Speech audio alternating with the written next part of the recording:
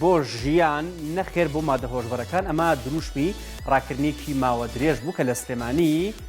ڕۆژی شەممە بەڕێوە چوو بە بەشداری خاتوشان ئابراهیم ئەحمەد و پارێزگاری سلێمانی و هەروەها چەند کەسایەتێکی دیکە و وەرزشکارێکی زۆر کە زیاد لە 350 کەس بوون بە دروشمی بەڵێ بۆ ژیان نەخێر بوو مادە هۆشبەرەکان ڕاکردنێکی ماوە درێژ لە سلێمانی لەلایەن ڕێکخراوی منداڵپارێزی کوردستانەوە ڕێکخرا وەک بەشێک لە هەڵمەتی هۆشیارکردنەوە بۆ بەرەنگاربوونەوەی مادە هۆشبەرەکان لە بەردەم سەرۆکایەتی شارەوانی سلێمانی دەستی پێکرد لە بەردەم هۆتێل سلێمانی پاڵاز یاخود باخی گشتی شاری سلێمانی کۆتایی پێهات.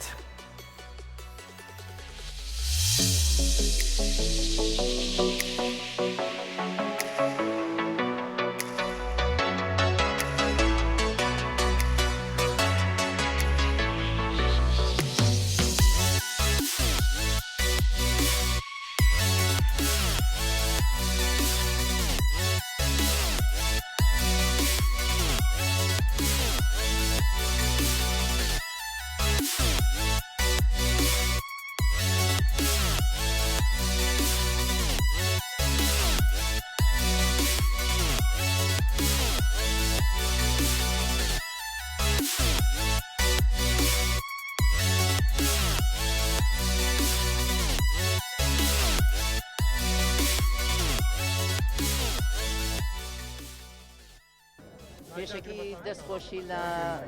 ڕێکخراوی مناڵپارێزی کوردستانەکەم کە ئەم بۆنەی پرۆژەکەی پرۆژەی مناڵپارێزی کوردستان بۆ بەرەمگاربوونەوەی مادە هۆشبەرەکان پرۆژەیەکی هێژگار گرنگە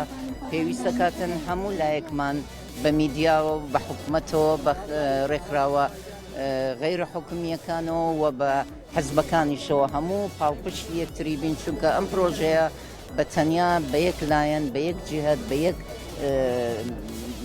ڕێکخراو جێبەجێ نابێت ئەمە ئەرکی سەرشانی هەر هەمومانە ئەم مادە هۆشبەرانە مادەی کوشندن کە گەنجەکانمان لەناوە بە و ئفلیجیانەکە کۆمەلگاکەمان ئەڕوخێنێ و بۆیە پێویستە کات کە هۆشیارکردنەوە لە خوێندنگەکانە دەست پێ بکە لە زانکۆکانە هەبێت و وەکو بەرنمەیەکی پچە و شڕ و پڕی لێبێت بۆ ئەوەی کە خەڵق هۆشیار بنەوە.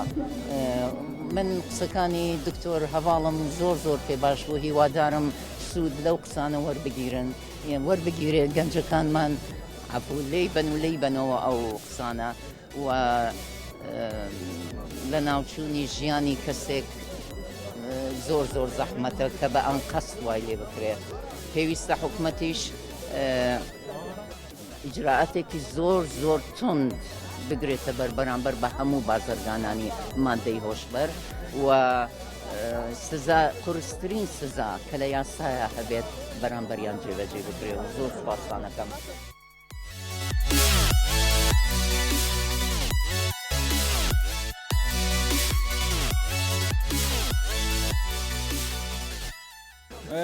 خۆشحاڵم ئەم زۆرە ساڵاکیانە گرنگی و تابەتمەندی خۆی هەیە پێویستە ساڵانە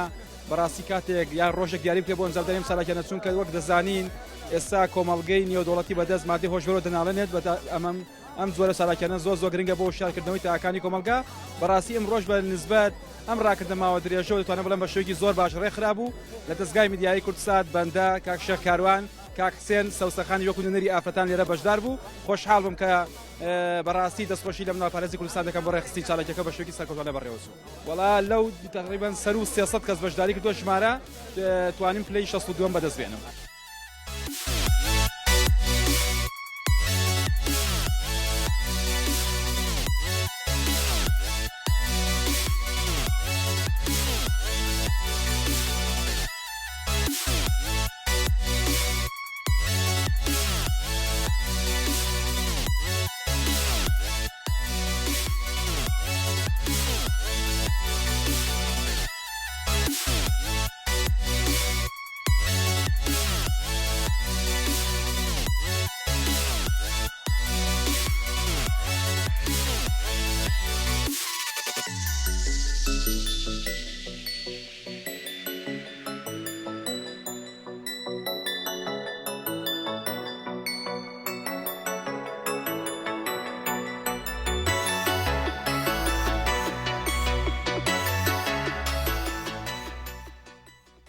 ئێمە پشتیوانی تەواوی هەڵەتانین بە تایبەتی ئەمەی کە مناڵ پارێز کردوێتی و ڕۆژانی ڕابردوو یەکەم لوتکەمان لوتکەی زانستیمان بۆ بەرەنگاربەری مادەوەژبەرەکان لە عێراق و کوردستان کرد لەگەڵەوەی سلێمانی کەمترین ڕێژەی بەکارهێنانی مادەوەژبەرەکانی لە عێراق و ناوچەکە وەرێما هەیە بەڵام وشیارکردنەوەی خەڵک وشیاری خەڵک زۆر پێویستە شاڕی سالممان هەڵبژاردووە لەم بەیانیە بۆی زەنگێ بێ بۆ خەڵک ئاگادار بێتەوە لە مەترسی بەکارهێنانی مادەوەژبەرەکان و بەرەنگاربوونەوەی ئەوانی کە بازرگانی پێوەکەن پشتیوانی دام و دەستگاکان بن و ئەمە هەوڵێکی جددی هەمەلایانی هەمومانە بۆ ڕوبەڕووی ئەمە ترسی بەرۆکی مرۆڤایەتی گرتووە ئێمە